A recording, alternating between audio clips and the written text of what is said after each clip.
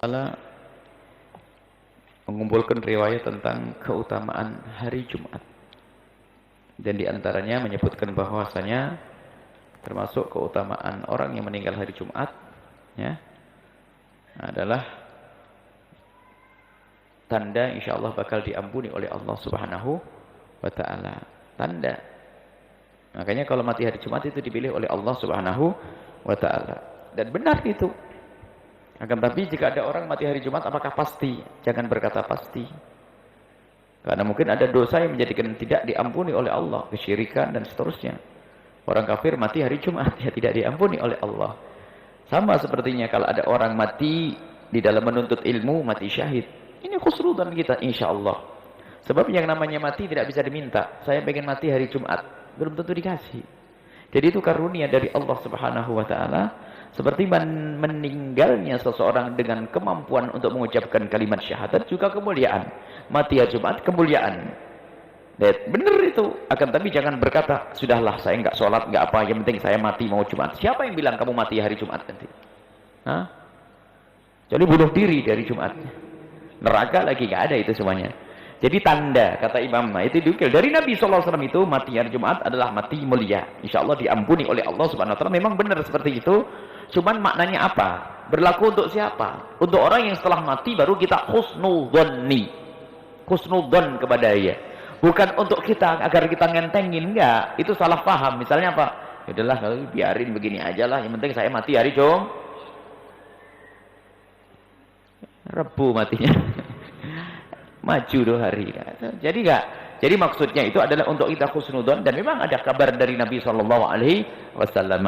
Baik, seperti kalau ada orang meninggal dalam menuntut ilmu, diampuni oleh Allah. Cuman bukan berarti saya mau maksiat aja sambil terus hadir pengajian biar saya mati di majelis ilmu. Iya, kalau matinya pas di majelis ilmu, atau yang pas maksiat. Ini hanya tanda-tanda kemuliaan, dan kita husnudzon kepada orang yang meninggal di majelis ilmu. Orang meninggal waktu haji dan umroh. Orang meninggal ya dalam keadaan sakit mendadak. Orang meninggal karena sakit perut, husnudzon. Dikatakan orang meninggal sakit perut, wanita melahirkan, diampuni oleh Allah. Diampuni oleh Allah Subhanahu wa Ta'ala. Cuma nggak bisa diminta, termasuk ibu saja nggak bisa ngomong, ya Allah matikan saya waktu melahirkan. Bisa nggak? Ya nggak bisa. Coba minta nggak? Kalau mati sudah dipilih oleh Allah. Baik, tinggal sekarang kita mempersiapkan. Adapun yang kita inginkan adalah semoga kita mati dalam keadaan husnul khotimah.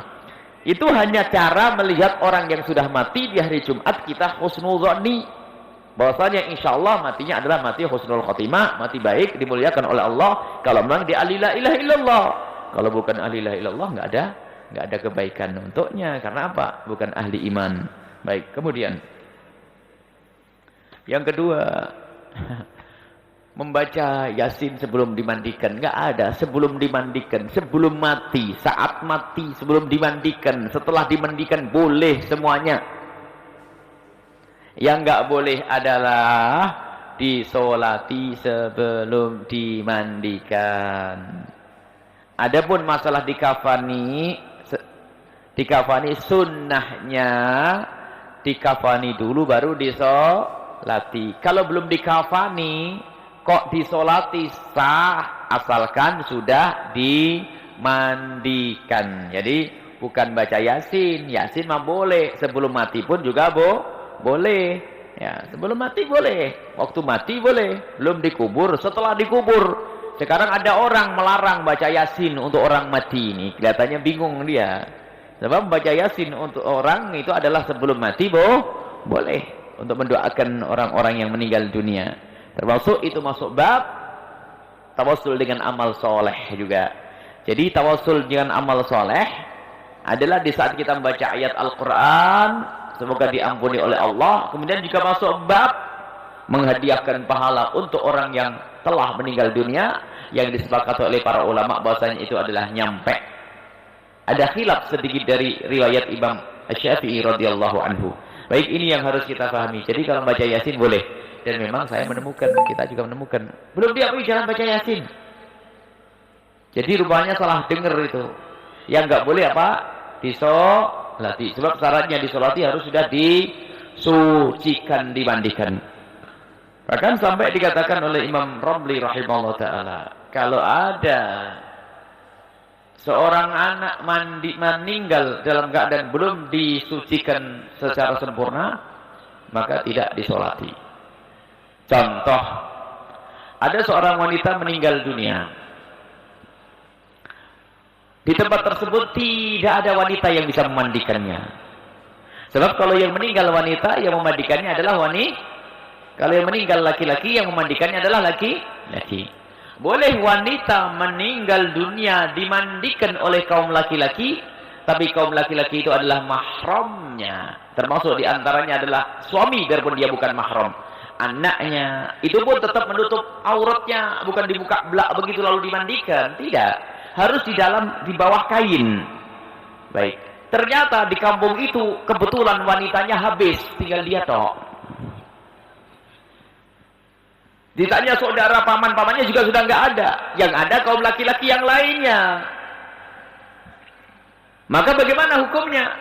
Karena yang ada laki-laki yang lainnya, maka tidak boleh memandikannya. Ya, tidak usah dimandikannya. Karena tidak dimandikan, maka langsung dikubur. Tidak disolati, karena tidak dimandikan. Lu kasihan. Kenapa kasihan? Orang meninggal sudah urusan, karena mensolati itu tugas orang hidup, nggak ada hubungannya dengan orang meninggal. Kalau sudah ahli surga, biarpun tidak disolati, tetap ahli surga. Jadi sholat jenazah kewajiban bagi yang hidup. Kenapa tidak disolati tadi? Karena belum dimandikan. Maka dari itu perlu diinformasikan kepada masyarakat bahwa yang memandikan kaum wanita, yang memandikan mayat wanita adalah para kaum wanita. Dan di antara kaum wanita pun dipilih yang lidahnya benar. Sebab ada orang yang lidahnya cerewet, suka komentar, naudzubillah, hati lidah busuk. Kok itu begini? Ada model-model, ada lidah kayak begitu tuh ada. Maka nggak boleh dia mandikan. Sebab yang namanya jasad manusia macam-macam. Ada yang tersembunyi selama hidupnya, tidak pernah ada yang tahu. Maka amanat bagi siapa mau memandikannya. Dan perlakukan mayat itu seperti di saat dia hidup. Memandikan dengan kelembutan, lembut, ya. Dan yang meninggal kaum laki-laki pun demikian, memandikan adalah kaum laki-laki. Boleh dimandikan oleh kaum wanita dari mahramnya. Dari ibundanya, kakaknya, adiknya, bibinya, anaknya, terus ke bawah cucu-cucunya, boleh. Tapi kalau orang lain yang memandikan tidak. Selagi tidak dimandikan, maka tidak disolati. Ini masalah sholat. Jangan salah.